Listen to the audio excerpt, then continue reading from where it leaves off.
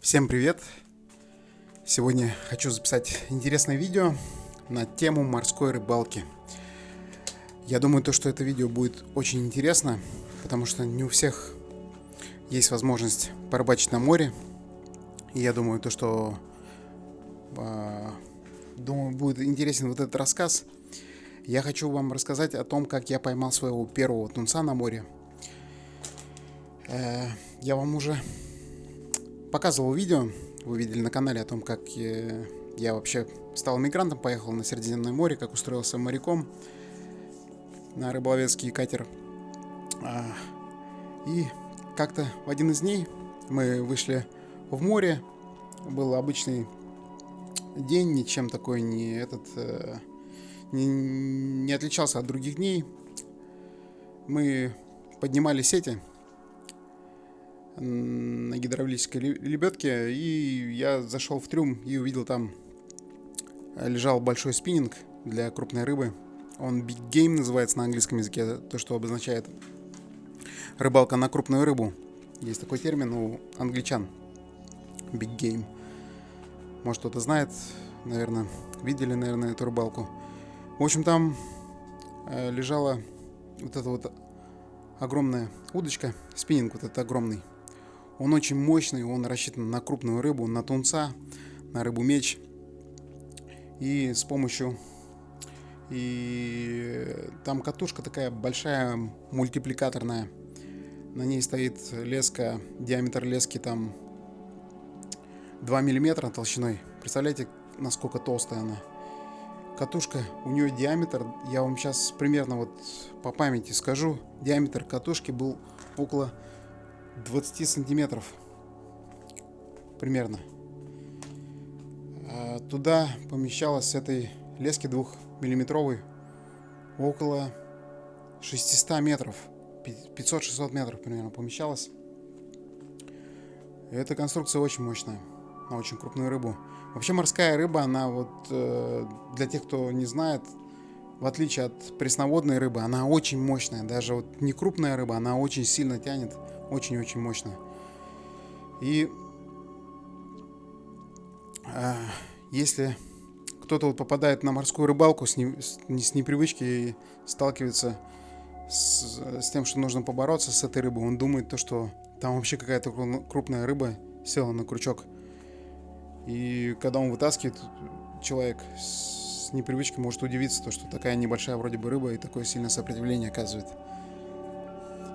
В общем, давайте вернемся к тому, что происходило в этот день. Напомню что рассказываю о том, как я поймал своего первого тунца. Было очень море впечатлений, и этот день я никогда не забуду. Мы поднимали сети на гидравлике, повторюсь. И я решил вот эту удочку, которую я нашел в кабине, решил ее поставить, попробовать. Она там лежала уже очень много дней без дела. Я как-то ее видел там несколько раз. Думаю, как-нибудь надо ее поставить. В общем, поставил этот спиннинг в задней части лодки. Там есть специальные у лодки такие отверстия. Я поспрашивал у капитана, что это за отверстия, для чего они нужны. Он говорит, как раз это вот для ловли крупной рыбы с помощью спиннинга. Вставил спиннинг в это отверстие, привязал на конец лески крючок, крупный крючок. Здесь даже таких в продаже нет крючков. Они, кстати, есть, да, эти крючки, их используют для ловли самов. Для ловли крупных самов. Это очень большой крючок, там номер. Я не знаю, у каждой компании по-разному нумеруется, но он, если вам примерно вот как-то ориентир дать, я не знаю, с чем его можно сравнить, наверное, с рукой человека. Взрослого мужчины можно сравнить этот крючок, то есть он размером. Сделал хороший узел, привязал крючок и насадил. Мы тогда сети наживляли, мы рыбачили на лобстеров. Это такие раки морские, размером с пресноводного рака. Они небольшие лобстеры. Есть омары крупные, вот лангусты, а есть вот небольшие эти лангусты. И взял вот то, что мы использовали для наживки. Там у нас была вяленая селедка. Мы ее сажали в сети. Эту селедку я насадил на крючок, воткнул с одной стороны позвоночника, протащил и вытащил крючок с другой стороны, возле головы. То есть у меня получилась насажена селедка очень хорошо, очень крепко. Закинул. Лодка двигалась потихоньку, так как мы сети собирали с помощью лебенки. Там у меня напарник собирал сети, я в это время вот устанавливал этот спиннинг на тунца. Под нами, кстати, была глубина, сейчас я вам скажу, примерно, там морских сажнях у нас показывал глубомер, эхолот. Показывал где-то около 80-90 морских сажней. Это примерно 150 метров глубина под нами была. На такой большой глубине мы собирали сети. То есть у нас лодка немножко двигалась на небольшой скорости. Я закинул эту селедку, насаженную на крючок, и примерно стравил леску примерно метров 30 или 40, я вот сейчас точно не помню, около 40 метров я примерно от лодки стравил ее. И она, знаете, немножко заглубилась там, может на метр, может на полтора от поверхности. И получилось так, что это был типа троллинга, но на такой очень маленькой скорости она немножко сзади болталась, получается, потому что сети на большой скорости не собираются, там примерно скорость, ну там может быть 1-2 узла была у лодки. Это примерно, в километрах, может быть 5 километров в час. Это примерно скорость человека, вот, пешехода. Так, чтобы сориентироваться, чтобы понять, о чем речь идет. И мы стали продолжать собирать сети. Примерно собирали сети около полчаса, где-то прошло, наверное, может минут 20 прошло после того момента, как я поставил. Я уже забыл про то, что я поставил этот спиннинг. И мы собираем сети, вытаскиваем и лангустов, которые в сети попадаются, через ячейку протаскиваем. И в одно время какой-то звук появился. Я думал сначала, может, какое-то повреждение в двигателе. Обычно бывает то, что ремень рвется, который идет или к стартеру, или ремень идет к генератору, приводной ремень. Бывает то, что он рвется и какой-то звук появляется. Или там, допустим, у лебедки, у гидравлической тоже какие-то шланги рвутся, и звук появляется лишний. Я думал, повреждение какое-то сначала. Знаете, какой звук? Вот я вам сейчас попытаюсь его передать своим голосом. Я, конечно, Вот смотрите, какой звук был. Вот такой. Вот такой был звук. Мы не могли понять сначала, что это за звук, откуда он идет вообще. Откуда он происходит. Он такой. Мы головой вертим, открываем крышку двигателя, смотрим, там вроде бы все в порядке. Потом до нас доходит то, что я смотрю на спиннинг дугой. Я же затянул катушку, мультипликатор этот. Я смотрю на катушку, у меня катушка с бешеной скоростью вращается. Я даже не мог понять, вот я не сталкивался с этим, я в первый раз вообще рыбачил на тунца. Я даже не представлял то, что рыба с такой скоростью может крутить катушку. Вот этот мультипликатор. Я на нее смотрю, я, как вам говорил, там около 600-700 метров намотано на мультипликаторе. Я смотрю, и на моих глазах эта леска 2-миллиметровая.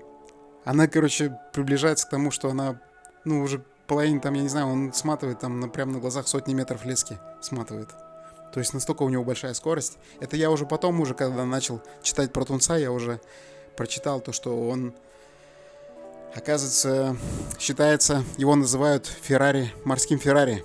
То есть он может ускоряться до 90 км в час. Представляете, в морской воде рыба может двигаться со скоростью 90 км в час. Это вообще, это невообразимо. Это я не знаю, как это может вообще происходить. И я подбегаю к мультипликатору. Там есть такой тормоз, там написано 10 цифр. То есть там с помощью ручки можно сделать, типа тормоза есть такого. Типа стопорка. Получается, застопорить немного можно катушку. То есть сделать так, чтобы она с усилием крутилась. То есть можно ее поджимать, регулировать тормоз. Я начинаю подтормаживать этого тунца, потому что иначе он смотает всю леску с мультипликатора. Я начинаю поджимать, и потихоньку вот этот звук вот так вот начинает утихать. И я понимаю то, что он все-таки устает. Все-таки эта рыба может устать. В общем, теперь задача стояла каким-то образом попытаться вытащить рыбу, потому что проблема была в том, что тунец — это такая мощная рыба, ее невозможно вытаскивать как обычную рыбу спиннингом.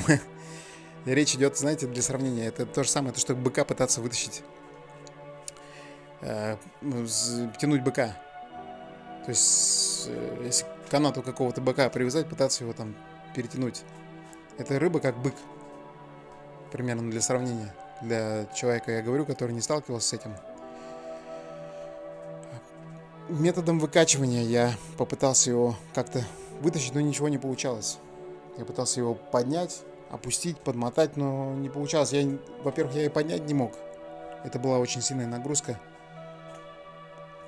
Это нужно было какой-то пояс ставить, там, допустим, на себя, к которому нужно было привязать спиннинг, но это тоже опасное дело, потому что он может еще и утащить с собой. Эта рыба очень мощная, повторюсь. Я попытался поднять спиннинг, потом резко его отпустить, чтобы подмотать мультипликатор, но ничего не получалось. Тогда я зашел в кабину, взял перчатку, надел ее на левую руку и левой рукой зажал леску и правой крутил. У меня спиннинг вставлен, лодку в задней части. Левой я тяну леску в сторону мультипликатора, а правой подкручиваю. Тогда мне удалось сделать несколько оборотов, и тогда я понял то, что таким образом я смогу хоть какую-то борьбу сделать с этой рыбой, как-то побороться каким-то образом, таким хотя бы. Тогда я начал несколько метров вытаскивать, там где-то 2 метра я вытаскивал, и рыба утягивала у меня вначале 5 метров. Я вытаскиваю 2-3 метра, она у меня вытягивает там 5-10 метров. Вначале она была очень сильная и очень сильно тянула. Она, видимо, была не сильно уставшая. Обычно эти моря, я уже потом как начал изучать эту рыбу тунца, она может проплывать в день там или в сутки 100, 200, 300 километров. И если эта рыба не прошла такое сильное, такое большое расстояние, если она не с путешествия была там, в этом месте находилась, она была полна сил, то борьба с ней длилась очень долго. Если же она прошла там 100, 200, 300 километров, она была уставшая, то можно было ее побыстрее вытащить. Таким образом я ее подтягивал левой рукой, правой подматывал. Эта борьба продлилась, если мне не изменяет память, около часа с лишним была борьба вот с этим первым тунцом. В итоге мне удалось его подтащить. Было очень жарко, 35-40 градусов, жара в Средиземное море, напоминаю. Там субтропики, с меня там 7 потов сошло, я там вспотел, мне напарник принес воды, там с полторашки я попил воды, немножко набрался сил. И мы тогда уже увидели то, что под лодкой ходит вот это чудовище кругами. Мы еще сначала не знали то, что это тунец или может это какая-то другая рыба. Это я уж вам сразу же рассказал. Не стал интригу делать в этом плане, то, что рыбалка на тунца. И вот это чудище ходило под лодкой, мы еще не знали то, что это тунец или нет. Тело сверху вроде бы темное. Мы думали, может быть это акула, может быть рыба-меч, может это еще что-то. Может группер какой-то. В итоге нам капитан потом сказал, если рыба кругами ходит, значит она уже уставшая, и можно ее попытаться взять. Тогда я сказал напарнику, чтобы он принес багор. Там 2-метровый был багор такой на большой длинной палке. И крюк. Потихоньку я подтащил ее. Опять же, левой рукой подтаскивал к мультипликатору, правой крутил. Потихоньку удалось потащить поближе к лодке. Была опасность, вероятность того, что... Напомню, то, что мы же сети поднимали. То, что рыба вокруг сетей еще может обмотаться. Но они находились с передней части лодки, то есть с носовой части. Подбирались в лодку, а мы находились задней. Но все равно рыба так делала большие круги и могла... Это мы уже потом на других рыбалках у нас была такая потеря. Кстати, сход тунца был. Из-за того, что он пошел в сторону сетки и обмотался там вокруг нее. Он так сошел. Но в этот раз вот первый тунец очень удачно не попал на сеть. В итоге потихоньку мы его потащили. Он немножко морду вытащил и забагрил, мой напарник забагрил его прям под подбородок. То есть с помощью багра под подбородок его забагрил. И мы его втроем с капитаном затащили на палубу. Смогли втроем его затащить. Огроменная рыба. Я даже не знаю, сколько она килограмм в итоге была. Ну, думаю, то, что около 70 килограмм рыба весила. Весов таких больших не было. Негде было взвесить. Только можно было взвесить это там, где принимает рыбу у нас. Но мы ее сдавать не стали, потому что нам дали очень маленькую цену за нее. Тогда была жара, и продавец рыбы, который у нас закупал рыбу, торговец, этот купец, он не захотел ее брать, потому что она не пользовалась спросом именно в то время года, в тот сезон. И нам пришлось ее самим продавать. Мы ее продали, отрезали голову. Кстати, голова у тунца очень большая. Там очень большие жабры. 30% от массы тела весит только одна голова. В итоге мы голову отрезали, нарезали эту рыбу на причале большими такими кусками, как типа бризоли, что ли, как вот типа колбасу режут вот такими кусками большими-большими с очень острым ножом, и продавали ее частями. Тогда мы продавали по цене, были люди там на пристани, которые желающие купить. Мы очень выгодно ее продали там по $15 за килограмм. И мы заработали где-то на троих около 400 евро тогда. Это был примерно 2007 год, наверное, 2005 год. Очень удачно продали, и очень такой хороший бонус получился. Вот такая вот была история. Такая вот была первая рыбалка на тунца. Очень много впечатлений и радости для меня оставила, несмотря на то, что у меня спина, конечно, на следующий день болела от такой нагрузки сильной, потому что борьба была очень мощная. Потом еще через какое-то время еще несколько рыб попадалось. Были сходы досадные, была поклевка прям хорошая тоже, такая протяжка, паровоз такой бесконечный там, который длится, кстати, паровоз около 5 минут, там около 4 минут паровоз бесконечный, вот этот звук, вот этот. Он вообще мощный, этот тунец тянет очень долго. И была вот такая протяжка, был какой-то сход вот после этого паровоза. Потом попала рыба на сети, потом еще пару рыб я взял. То есть за всю практику 10-летнюю свою рыбалки в море около 10 рыб я взял. Вот этих крупных тунцов.